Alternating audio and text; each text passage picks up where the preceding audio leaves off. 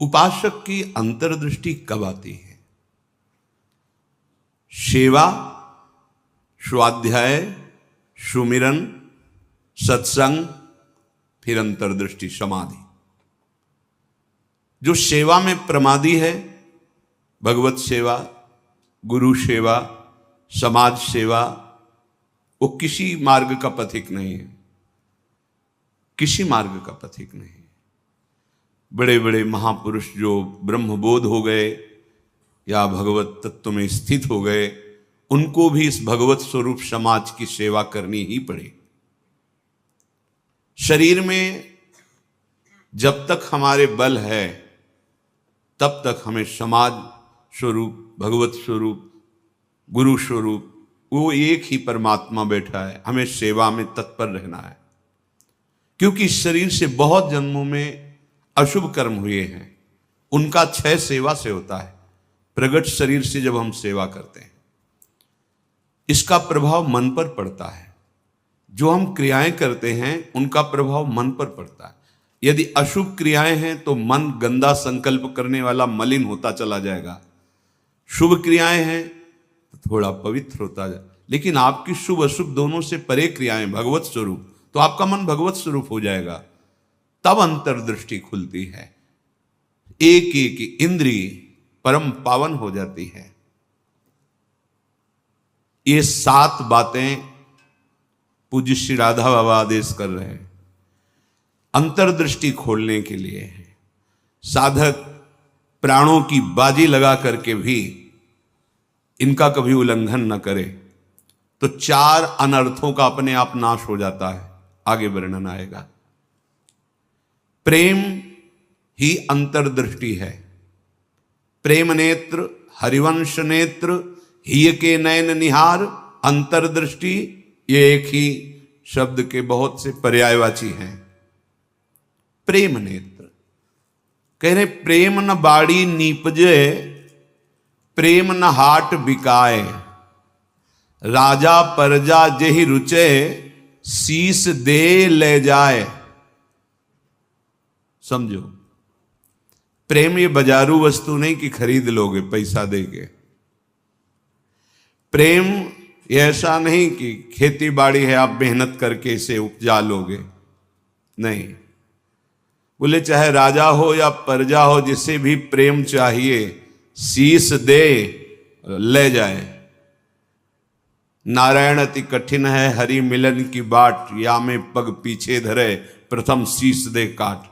प्रथम शीस दे काट, शीस दे ले जाए, इसका क्या भाव होता है?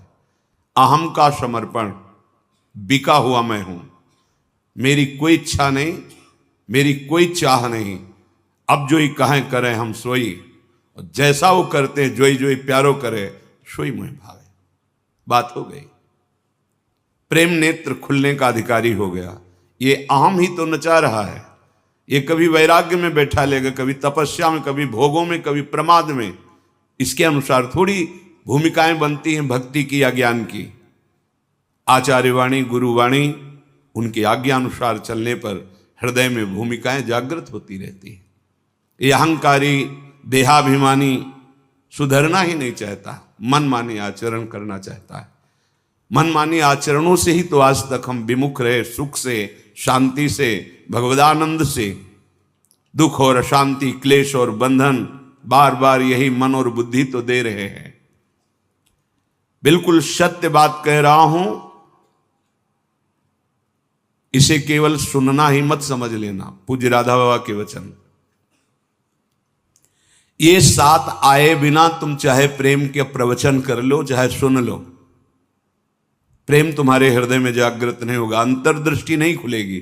श्रीपाद कह रहे हैं अंतर्दृष्टि पश्य वृंदावनस्य, अंतर्दृष्टि से वृंदावन का दर्शन होता है। हमारी देखो बाहर नेत्र तो हैं पर त्रिगुणात्मिका माया के हैं। स्त्री दिखाई देती, पुरुष दिखाई देता है, जड़ दिखाई देता है, चैतन्य दिखाई देता है, अच्छा दिखाई देता है, बुरा दिखाई, ये कुछ नहीं। यहां सब चिदानंद वपु, प्रियाजू की सहचरियां और दिव्य एक पत्ते की कांति के बराबर भी महामहिम वैकुंठ नहीं है। ये वृंदावन है।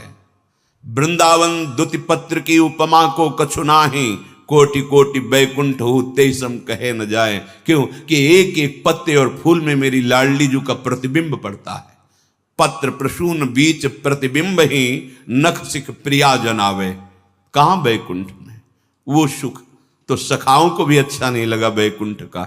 फिर नित्य प्रिया प्रीतम के अंग सेवी सहचरी भाव अलग। तो वृंदावन अंतर्दृष्टि पश्य। जब तक भगवत साक्षात्कार नहीं हो जाता तब तक बहुत सावधान। इसके बाद सावधान रहने की जरूरत ही नहीं। जैसे मन सच्चिदानंद प्रभु का स्पर्श करेगा फिर इसको विषय सेवन की स्मृति ही नहीं रह जाती। उसे उपरति अवस्था कहते हैं। एक होती त्याग अवस्था, ये साधक करता है, विषयों के प्रति आकर्षण है पर भोगूंगा नहीं क्योंकि मुझे भगवत प्राप्ति करनी है।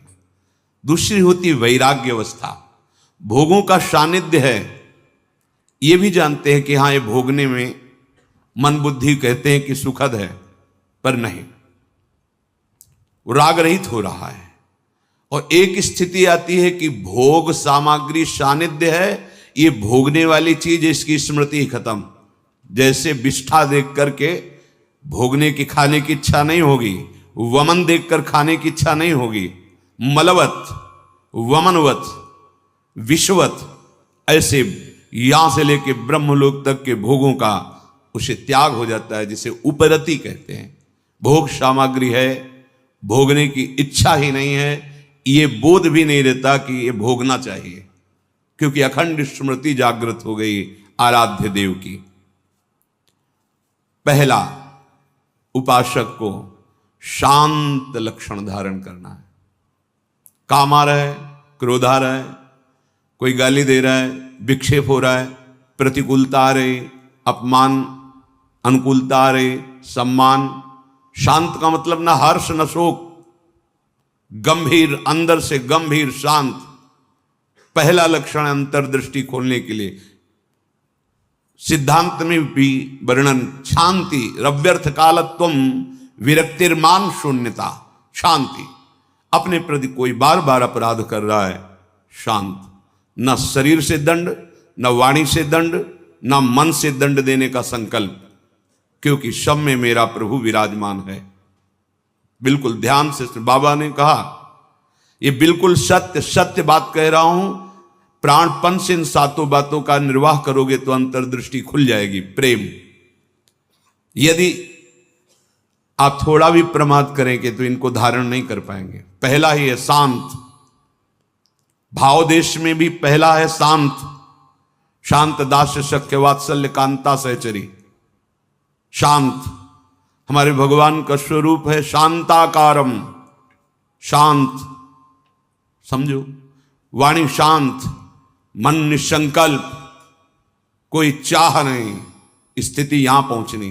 शांत का स्वरूप ये न शोचति न कांक्षति, समः सर्वेषु भूतेषु मद भक्तिम लभते पराम। मेरी भक्ति का परम लाभ, पराभक्ति का स्वरूप ये। कोई चाह नहीं, कोई चिंता नहीं, कोई भय नहीं, कोई शोक नहीं। ब्रह्मभूता प्रसन्नात्मा, हर समय अखंड प्रसन्नता। देखो भक्त कैसा शांत होता है। परीक्षित जी महाराज गर्भ से ही भगवान के परम प्रिय भक्त हैं। भगवान ने गर्भ में ही रक्षा की। जब ये उत्तरा जी के गर्भ में थे, अस्वस्थामा ने ब्रह्मास्त्र संधान किया। कितनी बुद्धि बिगड़ गई थी। गर्भस्थ शिशु की हत्या सबसे बड़ा पाप होता है। भ्रूण हत्या, गर्भ हत्या, ये बहुत बड़े पापों में आता है। इतना बड़ा विद्वान क्रोध के वशीभूत होकर ब्रह्मास्त्र का संधान, कि पांडवों का वंश ही विनाश कर देंगे।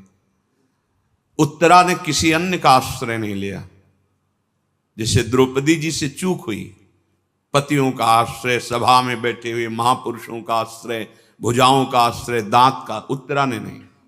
जे ही देखा कि जाजुल्यमान ब्रह्मास्त्र गर्भ नष्ट करने के लिए आ रहा है, हाथ उठाया और तुरंत भगवान का हे करुणा निधान गोविंद। पूरा शब्द नहीं हुआ, भगवान गर्भ में ही प्रकाशित हो गए, आसपास गर्भ की रक्षा कर रहे हैं। परीक्षित जी गर्भ से ही भगवान के भक्त हैं। अधर्म का धन कोई भी हो बुद्धि भ्रष्ट कर देता है, बहुत इससे बचा जाता है। आप इससे समझिए अधर्म के धर्म का कितना प्रभाव होता है। जबरदस्ती बलात् राजाओं को जीत करके वैभव छीनना, यह स्वभाव था जरासंध का।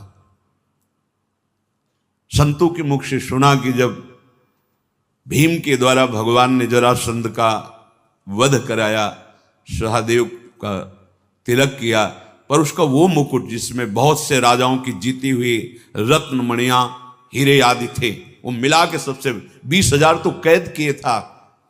जैसे पशुओं की बलि देना हो ऐसे वो बलि देने के लिए 20,000 राजाओं को। वही मुकुट एक दिन परीक्षित जी अपने मस्तक पर धारण किए। धारण करते ही शिकार खेलने का मन हुआ, चल पड़े शिकार। इतनी प्यास असह्य हो गई कि ऋषि आश्रम में गए। वो समाधिस्थ थे, अपने स्वरूप में स्थित थे। कोई है आश्रम में, मुझे बहुत प्यास लगी है।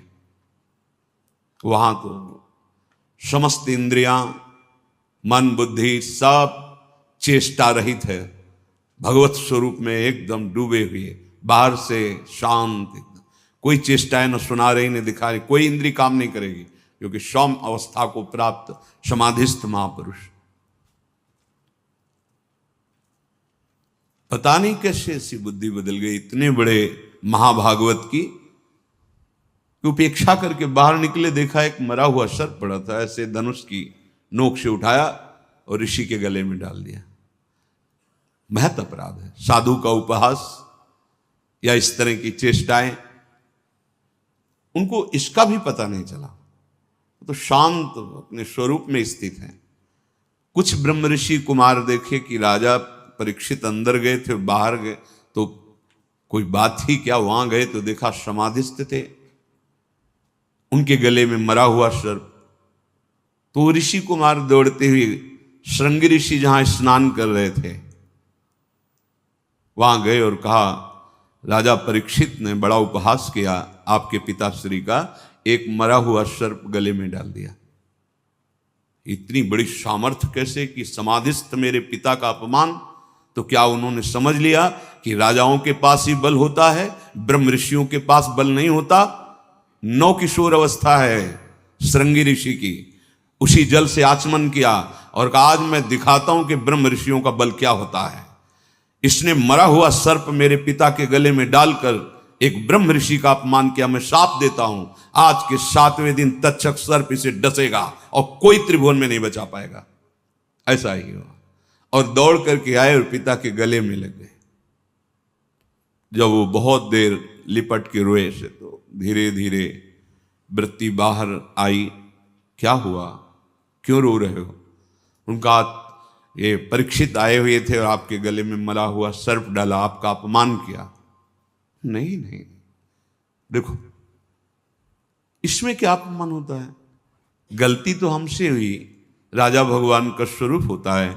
वो आए थे आश्रम में, अर्घपाद आदि देते, उनको जल पिलाते, उनकी सेवा करते, वो हमारे संपूर्ण प्रजा का शासन करते हैं, सेवा करते हैं, रक्षा करते हैं। हमसे गलती हो गई, रोना नहीं चाहिए। तब किसी ऋषि कुमार ने कहा ये रोए ही नहीं है, इन्होंने शाप भी दे दिया है। नहीं नहीं, निरपराध राजा को शाप कैसे दे दिया? क्या शाप? 7 दिन में तक्षक काटे। गजब कर दिया तुमने।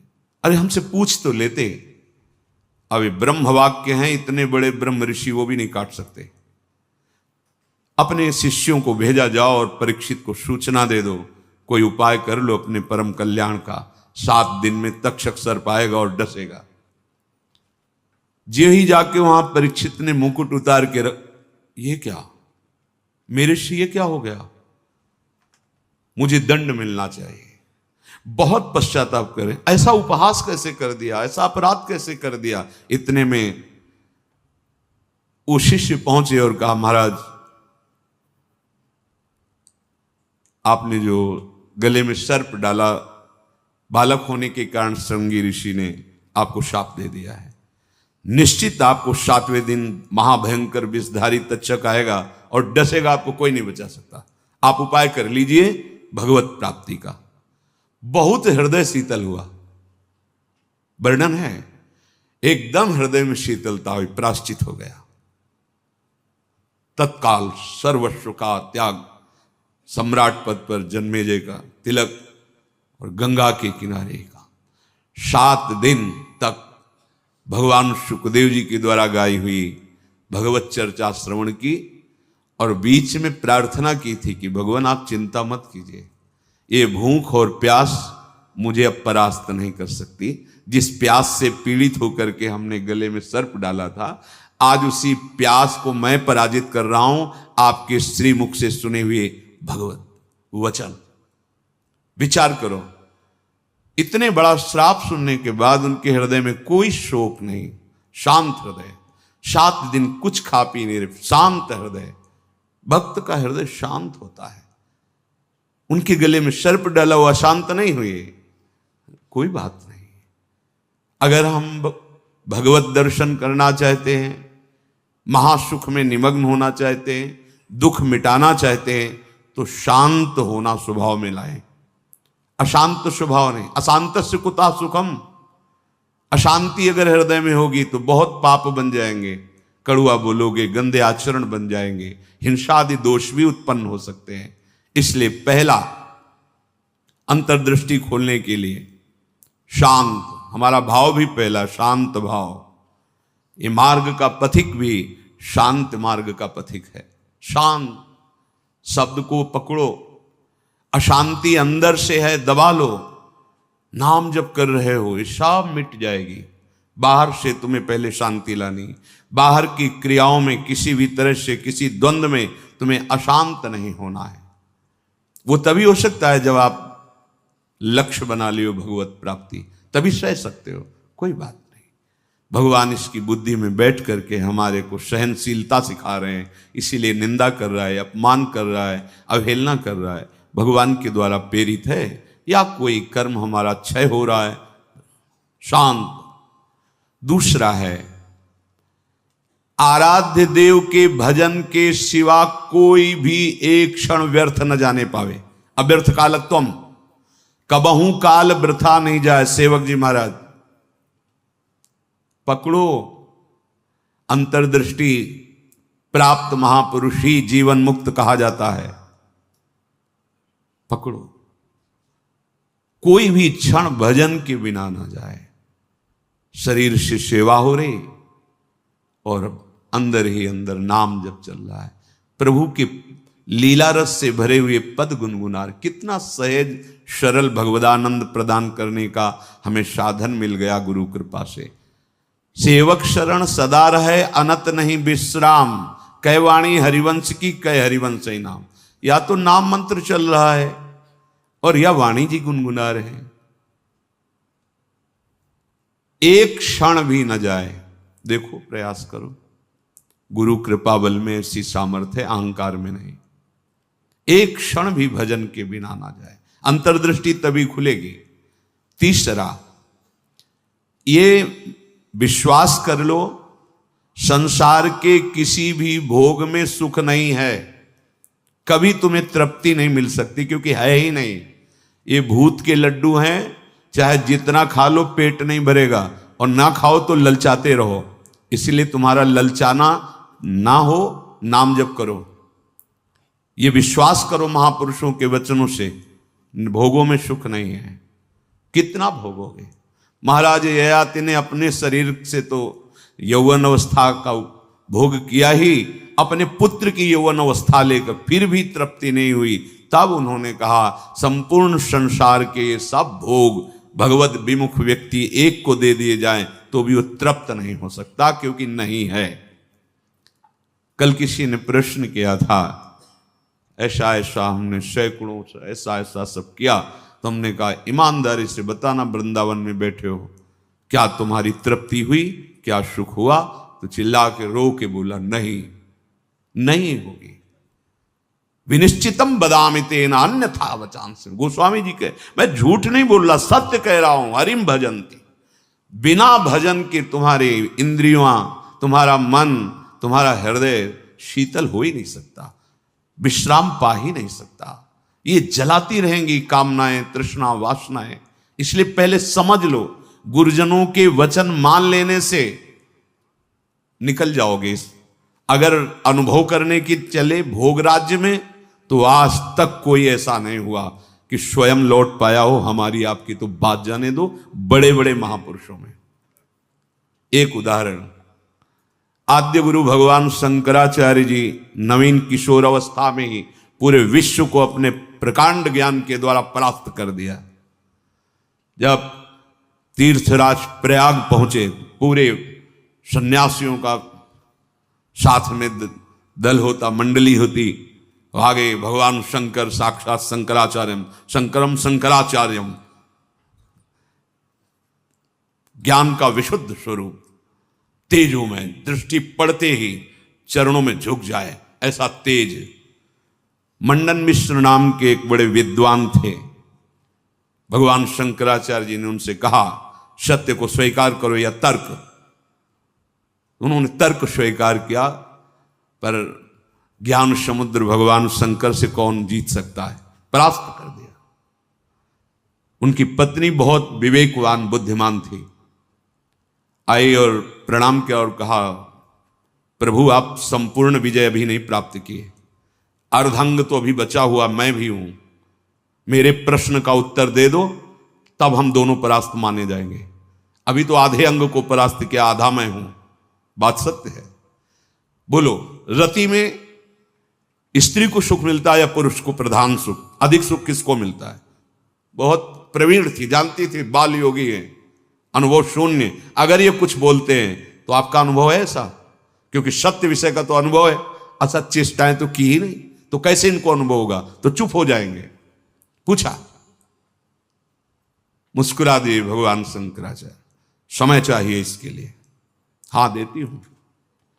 एकांत हुए अपने सब संतों को लेकर और गुफा में कहा कि मैं शरीर छोड़ रहा हूं, ये सन्यासी शरीर है, महायोगी थे, मैं इसका अनुभव करके उसको बताऊंगा। आप हमारे शरीर को गुप्त रखना और ऐसी ऐसी पद्धति से सुरक्षित रखना, प्रकाशित ना होने पावे कि यह शरीर यहां है। ध्यान के द्वारा देखा कि एक राजा का शरीर छूटा है, अपना शरीर छोड़ा और वहां सौ रख करके विलाप हो रहा था। अचानक हरकत आ गई शरीर में, प्रवेश कर गए आद्य गुरु भगवान शंकराचार्य। इसके पहले अपने शिष्यों को बता गए थे, मैं वहां उस शरीर में प्रवेश कर रहा हूं और भगवान हरि की माया बड़ी प्रचंड है, कहीं ऐसा ना हो कि उस वैभव सुख में राजी हो जाएं। तो एक मोह मुद्गल स्तोत्र की रचना करके दे दी थी, ये आके सभा में सुनाना तो ये सब ठीक हो जाएगा। आद्य गुरु भगवान शंकराचार्य ज्ञान समुद्र, वो कह रहे हैं कि कहीं ऐसे वैभव में, राज वैभव में बुद्धि राजी ना हो जाए, इसलिए मोह मुद्गल स्तोत्र, भज गोविंदम गोविंदम भज मूढ़मते, पूरा स्तोत्र है, ये सुनाना के राज दरबार में। जे ही हरकत हुई शरीर में, आप तो महान खुशी, नहीं राजा जीवित हो गए, बड़ा आनंद उत्सव मनाया गया। अब शरीर तो राजा का, लेकिन अंदर योगी, महायोगी, लौकिक चेष्टाओं का बिल्कुल ज्ञान नहीं। रानी बहुत बुद्धिमान थी, समझ गई कि राजा तो पधार गए हैं, इनके शरीर में किसी योगी का आवेश हुआ है। कोई योगी तो क्या, हमारे राजा ही तो है ना। उसने गुप्तचरों को आदेश किया, कहीं भी किसी योगी का शरीर दिखाई दे तो उसको तत्काल नष्ट कर दिया जाए। पहले ही भगवान शंकराचार्य जी ने गुप्त रख लिया था, बता दिया था सुरक्षित रखना। सारी चेष्टाएं उनको सिखाई रानी ने। वास्तविक काफी समय हो गया, शिष्य इंतजार करते रहे, भगवान शंकराचार्य जी वापस ही नहीं हुए। ये मोह मुद्गल स्तोत्र जाके कहा तो बस गा करके वो बाहर निकले। भगवान शंकराचार्य जी अंतर्धान, तो राजा का शरीर फिर ऐसे आके फिर बताया। तो भोगों में और योग में दोनों के अनुभव करके बड़े बड़े महापुरुषों ने देखा, केवल भ्रम, कहीं कोई सुख नहीं। हम महापुरुषों के वचनों को माने, अनुभव करने के लिए ना चले। अनुभव करने के लिए जब गए तो आद्य गुरु भगवान शंकराचार्य भी अपने शिष्यों को मोह मुद्गल प्रहार करके मोह का नाश करना, क्योंकि उस शरीर में जाने पर हो सकता है मोहबद्ध कर, ये भगवान की प्रचंड माया है। तो गुरु वचनों को मान लो, शास्त्र वचनों को मान लो, अनुभव करने गए तो फिर फंस जाओगे। वो तो समर्थ भगवान है, लीला करके दिखा रहे हैं। अपने इतनी सामर्थ्य नहीं कि भोगों का अनुभव करके फिर उनका त्याग करके भगवत मार्ग में चले। जब भगवान शिव मोहिनी रूप को हृदय से लगाया, फिर आवेश हटा माया का, तब भगवान हरि ने कहा कि प्रभु केवल आप ही हैं कि मेरी माया का आकर्षण, फिर अपने स्वरूप में स्थित हो गए। दूसरा इस सृष्टि में नहीं है, सृष्टि में नहीं। ऐसी प्रचंड माया भगवान की है। इसलिए पूज्य राधा बाबा कह रहे उपासक, तीसरा नंबर है, समस्त भोगों में कोई सुख नहीं है, ये मान लो। केवल शरीर यात्रा के लिए या अपनी धर्म पूर्ति के लिए, आप गृहस्थ में हैं तो धर्म पूर्ति के लिए, संतानोत्पत्ति के लिए वो आज्ञा शास्त्र की है, वो निष्पाप क्रिया है, वो आपको आगे बढ़ाएगी। भगवत मार्ग के पथिक को जितने से काम चल जाए कम से कम, उतना शास्त्र सम्मत भोगों को स्वीकार करके आराधना में बढ़ना है। शास्त्र सम्मत, तस्मात् शास्त्रम प्रमाणम ते। पहली बात तो भोगों में सुख है ही नहीं, ये बैठा लो। जितने से प्राण पोषण उतना अन्न डाल लिया, जितने से शरीर ढक जाए उतना वस्त्र धारण कर लिया। निरंतर निरंतर शांत और निरंतर, एक क्षण का अंतर न पड़े ऐसा भजन, और भोगों में सुख बिल्कुल नहीं है ऐसा। जैसे कोई दुर्गंध युक्त स्थान हो तो हम नाक बंद करके चलेंगे क्योंकि बड़ी दुर्गंध है। कोई मल बमन आदि पड़ा हो तो उस पर दृष्टि नहीं डालेंगे। ऐसे भगवत मार्ग में चलने वाले पथिक की दृष्टि बड़े से बड़े आकर्षणकारी भोगों के प्रति होती है, ध्यान रखना। रमा विलास राम अनुरागी तजत बमन जिम जन बड़भाग, वो देखेगा भी नहीं। ऐसे अगर आप किसी भी दृश्य को प्रियता से देखते हैं मोबाइल में, या ऐसे छुप के देख रहे हैं, भाई सामने तो देख नहीं सकते तो किसी ऐसी जगह खड़े जहां से शरीरों का आकर्षण देख रहे हैं, अपने आप का नाश कर रहे हैं, वो संस्कार बन रहे, तुम्हें गिराएंगे, यहां नहीं तो कहीं गिरा देंगे, आज नहीं तो कल गिरा देंगे। बहुत सावधान। ये तीसरा है, किसी भी भोगाकर्षण से हम प्रभावित ना हो। जब दूसरा चलेगा तो तीसरा ही आ जाएगा। निरंतर भजन और ये सावधानी, निश्चित निश्चित। हमें अच्छा लगा जब उससे पूछा, वो खुद वर्णन कर रहा था ऐसा ऐसा ऐसा। हम कहा क्यों गंदी बातें सुने, पर इसलिए कि इससे लाखों लोगों का भाव शुद्ध हो सकता है। उससे पूछा तुम्हें क्या मिला, सुख मिला? तो उसने कहा नहीं, और रो पड़ा चिल्ला के। बस मान लो ये बात, इन गंदे चेष्टाओं में कभी सुख नहीं, कहीं सुख नहीं। केवल तुम मृत्यु का वर्ण कर रहे हो, अपनी जीवन को नष्ट कर रहे हो। शास्त्र सम्मत भोग वैराग्य प्रदान करके मोक्ष प्रदान करते, धर्म अर्थ काम मोक्ष। अगर आप मनमानी आचरण करेंगे, मनोरंजन करेंगे, तो आप कोई भी हो, कहीं भी हो, नष्ट हो जाएंगे। ये संत महापुरुष जन, इनकी वाणी एक जैसे मां दुलार करके डांटती है, ऐसे अनंत दुलार लेकर आपसे कह रहे हैं। आपकी निंदा करना उद्देश्य थोड़ी है, आपको अवगुणी साबित करना उद्देश्य नहीं, आपके हृदय को चोट पहुंचाना उद्देश्य नहीं, पर आपके हृदय को महान बनाना और दुर्गुणों से, दुर्विचारों से, दुष्कर्मों से मुक्त करा के महासुख में निमग्न करना, इस संतों की वाणी का पावर है, ये उसकी सामर्थ्य है। आप उससे कटु वचन न माने, उपहास या अवहेलना न माने। जैसे हम चाहे जो रोग हो डॉक्टर के सामने पेश करते हैं, ऐसे ही बड़ी कृपा है उनके ऊपर जो अपने अवगुणों को अवगुण मान रहे हैं और उनसे दूर होना चाहते हैं। ये कोई आश्चर्य में बात नहीं, क्योंकि भगवती माया बहुत बलवती है। भगवत विमुख कुछ भी करा सकती माया। जो भगवान नाम जापक वहां होश में रहती माया, क्योंकि वो स्वामी का नाम जप कर रहा है और प्रभु की शरण में है। अगर उपासक के हृदय में भोगों से घृणा नहीं आई है तो अभी उपासना का रंग नहीं, नाम जप नहीं चल रहा पक्का। हृदय की बात कहता हूं। आप देखो, एक दिन चला के नाम देखो, 24 घंटे जलन पैदा हो जाएगी। अगर कोई आपसे बात करना चाहेगा, कुछ देखना, कुछ सुनना, कुछ बोलना, ये जहर लगने लगेगा आपको। देखो तो करके। अब आप मनोरंजन में लगे हो, किसी तरह समय कट रहा है, खाया पिया, मौज मस्ती, ये जीवन ऐसे व्यतीत करने लायक नहीं। बड़ा दिव्य जीवन है। मानव देह पशुवत थोड़ी आचरण करना है।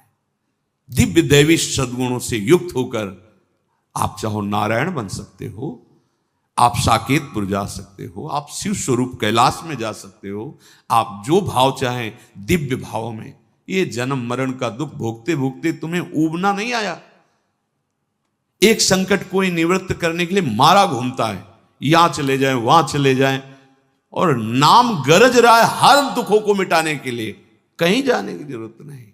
राम कृष्ण हरि जो नाम प्रिय, राधा राधा राधा, सर्व मंगल होता चला जाएगा। बार बार इसीलिए कह रहे हैं, नाम जपत मंगल दिशि दसहु। कहीं भी जाओगे तुम्हारा मंगल ही होगा, नाम चल रहा है। नहीं, ये भोगा शक्ति बहुत ही प्रबल है, विचार करने का अवसर नहीं देती, भ्रष्ट कर देती है। नाम चल रहा है, इसकी ताकत नहीं कि गिरा सके।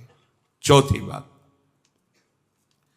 मन में अपने अंदर मान का बिल्कुल भी प्रभाव न रह जाए। अंतर्दृष्टि खुलने के लिए पहला शांत, दूसरा निरंतर भजन, तीसरा भोगों में सुख नहीं है, दृढ़ बुद्धि, भोगों से घृणा।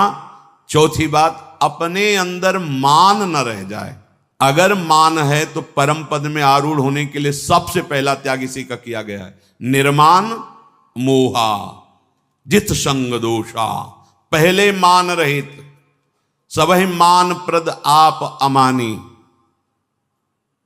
मान अगर है तो फिर परमार्थ मार्ग का पथिक। और संसार में मान के लिए ही सब कुछ किया जाता है, और परमार्थ मार्ग इससे उल्टा है, मान की धज्जियां उड़ा दी जाती हैं। सम्मानम कलयाति घोर गरलम, ये घोर हलाहल विष है। अगर अध्यात्म की ऊंचाई पर चढ़ना है तो सम्मान की धज्जियां उड़ा दे, अंदर से कभी स्वीकार न करे, सबके चरणों में नमन करे। वो साष्टांग कर रहा है, पंचांग कर रहा है, बलिहारी उसकी श्रद्धा है। वो सबके हृदय में विराजमान भगवान को प्रणाम कर रहा है, गुरु प्रदत्त वेश को प्रणाम कर रहा है। हम तो दास हैं उनके चरणों में। सम्मान स्वीकार करना, ऐसा अधिकार केवल भगवान को या भगवत प्राप्त महापुरुष को ये अधिकार है, अपने जैसे दासों का। बस कोई प्रणाम करे तो नम्र होके प्रणाम। अगर वो कर रहा है तो गुरु प्रदत्त वेश को, हृदय में विराजमान प्रभु को कर रहा है, अपने को नहीं। अगर अपने उस मान के भोक्ता बने तो परमार्थ चल ही नहीं पाओगे, नहीं चल पाओगे, नहीं चल पाओगे। ये मान बहुत घातक जहर है। अगर सत्संग नहीं मिला, गुरु कृपा नहीं हुई, तो इसी का पोषण शुरू रहता है। वैराग्यवान होकर के भी इसी मान का पोषण होता रहता है। और परम पद में आरूढ़ होने के लिए सबसे पहला त्याग इसी का है, निर्मान अमोहा जित संग दोषा। मान रहित, ये हृदय में बैठा लिए। बहुत सूक्ष्म बंधन है ये। कभी कभी बड़े बड़े मान का त्याग मान के लिए हो जाता है।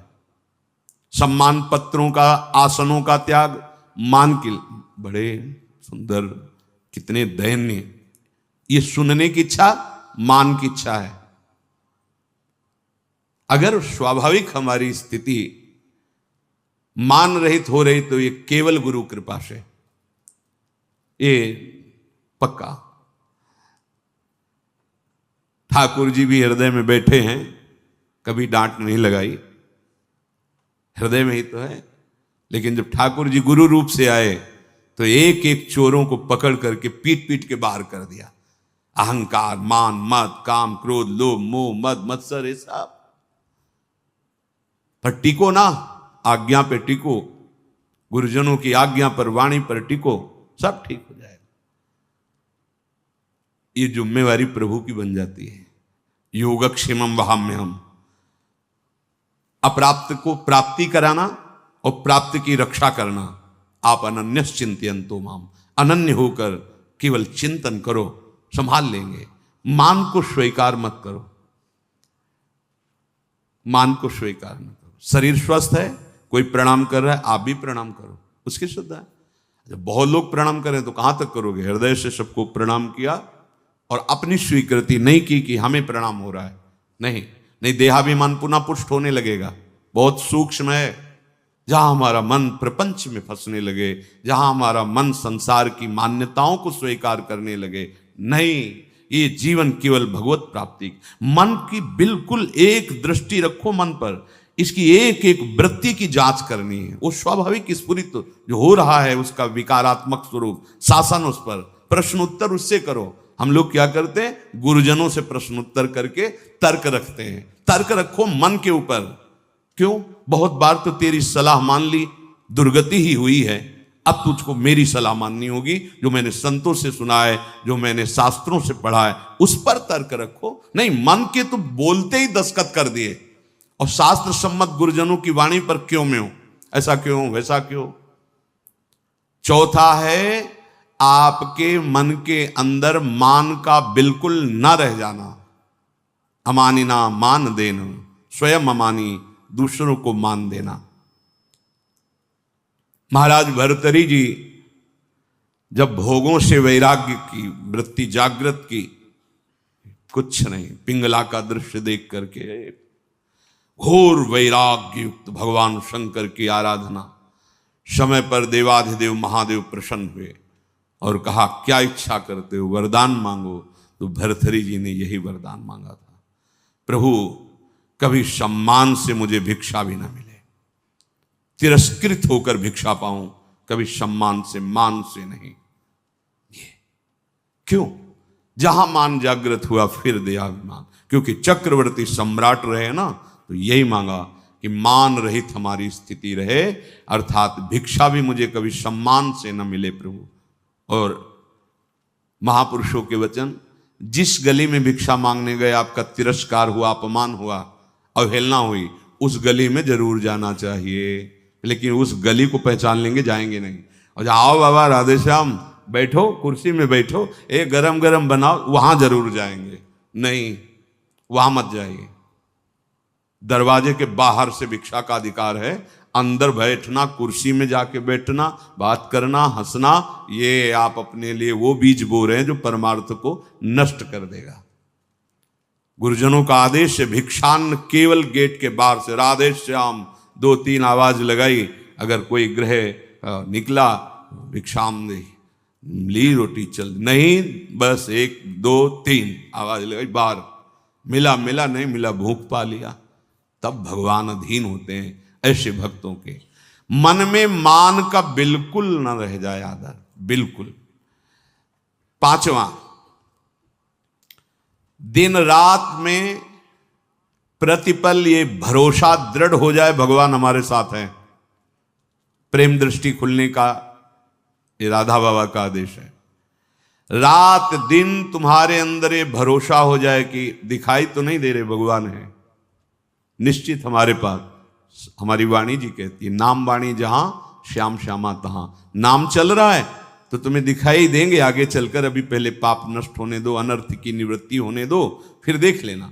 पर तुम्हें ये विश्वास करना है आज सुन के, हर समय भगवान हमारे पास हैं, हमारे आराध्य देव हमारे पास हैं, हमारे पास हैं और निश्चित वो मुझे मिलेंगे। 5वां है, निश्चित मुझे मिलेंगे, वो हमारे आसपास ही हैं, वो हमें देख रहे हैं। विश्वास करो, हमारे आराध्य देव आसपास हैं, मुझे देख रहे हैं और मैं उन्हें जरूर देखूंगा, अर्थात निश्चित भगवत साक्षात्कार होगा।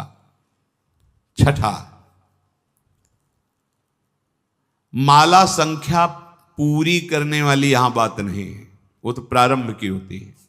यहां बात है कि प्राण छूट जा सकते हैं लेकिन भजन नहीं छूट सकता, ऐसी दृढ़ता पूर्वक भजन। दूसरा था निरंतर भजन, अब इसमें दृढ़ता पूर्वक भजन। दृढ़ता इसलिए 6 नंबर मानो उसी की व्याख्या का रखा है। कोई प्रलोभन आ सकता है जो आपके भजन को रोक सके, क्योंकि माया बहुत बलवती है। कोई वासना दबी होगी, वही वासना का सारा भोग सामग्री फ्री, एकांत भोगो इसको, क्योंकि आप बहुत ऊंचाई पर चढ़ने जा रहे हो, भोगो इनको। लेकिन भगवत साक्षात्कार करने वाला किसी प्रलोभन में प्रभु देखो, त्रिभुवन की राज्य लक्ष्मी देने पर भी आधे पल के लिए, याद हो गया होगा आपको, सैकड़ों बार कहा है, आधे पल के लिए भी अपने प्रभु का विस्मरण नहीं। इसे दृढ़ता कहते हैं। और भयानक से भयानक पीड़ा और कष्ट होने पर भी प्रभु का विस्मरण नहीं। देखो यहां तो जरा सा कुछ विक्षेप हो गया तो भजन ही नहीं है, भजन ही नहीं है। वैसे ही भजन ने बिना विक्षेप के, फिर शारीरिक कोई पीड़ा, कोई बहादुर आदमी वही होता है जब उसके घाव लगते हैं ना रणभूमि में, तो उसको और आवेश आता है शत्रु को मारने का। ऐसे ही उपासक होता है। बुखार है, कष्ट है, पीड़ा है, नाना प्रकार के दुख हैं, उसको और आवेश आता है, पहले से भी और अधिक नाम जप। ये जीतने का मार्ग है, हारने का नहीं। जीतो, हर विषय को रौंदो, हर विक्षेप को रौंद दो नाम बल से। भजन नहीं छूट, नहीं मन लग रहा चिल्लाओ राधा राधा राधा राधा राधा। ऐसे अगर तुम मन फंसा लेगा, जान गया कि जरा सा दुख दो भजन छोड़ देगा। नहीं, बाबा कह रहे हैं ऐसा भजन, पहले तो निरंतर भजन का आदेश दिया, ऐसा भजन जिसमें इतनी दृढ़ता कि चाहे प्राण चले जाएं, संख्या वाली बात हम नहीं रह गई, चाहे प्राण छूट जाएं तो वही बात अलग। जैसे एक जगह महापुरुषों के वचन सुने थे, या तो गाढ़ नींद में हो तो तुम्हारी बात अलग, और या मृत्यु में मूर्छा में हो तो तुम्हारी बात अलग। नहीं, अगर चेतना है तो नाम नहीं छूटेगा, चेतना है तो नाम नहीं छूटने देंगे। ये थोड़े दिन तुम्हें कठिन लगता है, जहां अभ्यास हुआ मस्त हो जाओगे, देख लेना, निहाल हो जाओगे। ऐसी बातें कोई प्रयास नहीं करना पड़ेगा। जैसे पलक झपकने का प्रयास आप नहीं कर रहे, जैसे दिल धड़कने का आप प्रयास नहीं कर रहे, जैसे श्वास प्रश्वास में आप कोई प्रयास नहीं कर रहे, ऐसे। और जहां भजन शुरू हुआ तो जैसे भोजन आप करते हो पचा लीवर देता है, ऐसे नाम आप जब करो सारे दुख नष्ट कर देगा नाम, पचा देगा, सारे कर्मों को भस्म कर देगा। दृढ़ता, अभी हमारे अंदर दृढ़ता नहीं, थोड़ा सा व्यवहार, थोड़ा सा सम्मान, थोड़ी सी प्रतिकूलता, अपमान भजन छुड़वा देगा। देख लो, ऐसी दृढ़ता की प्राण निकलने की भी बात हो तो राधा राधा राधा, नाम नहीं छूट सकता। सातवां, जहां भगवान की लीलाएं हुई उनमें अत्यंत आसक्ति हो जाना। ये ब्रज 84 कोश भगवत लीला क्षेत्र है, इसमें आसक्त हो जाना। भले आप नहीं रह पा रहे हैं, लेकिन आप कहीं भी हो, आश्रय इधर हो वृंदावन, जब आपको छुट्टी मिली भागे वृंदावन, एक दिन ही सही परिक्रमा लगाई, दर्शन किया, सत्संग किया। भगवत लीला स्थलियों में आसक्ति, आसक्ति का मतलब होता है फिर और कहीं जाने की इच्छा नहीं होगी। जैसे विदेश में गया हुआ आदमी छुट्टी पाया तो अपने देश जा, तो अपने घर की बात सोचे, घर जाना है, ये हमारा घर है वृंदावन। हम भूल से माया में अनेक संबंध स्थापित करते हुए भटक रहे हैं। आ जाओ, हरि और किशोरी जी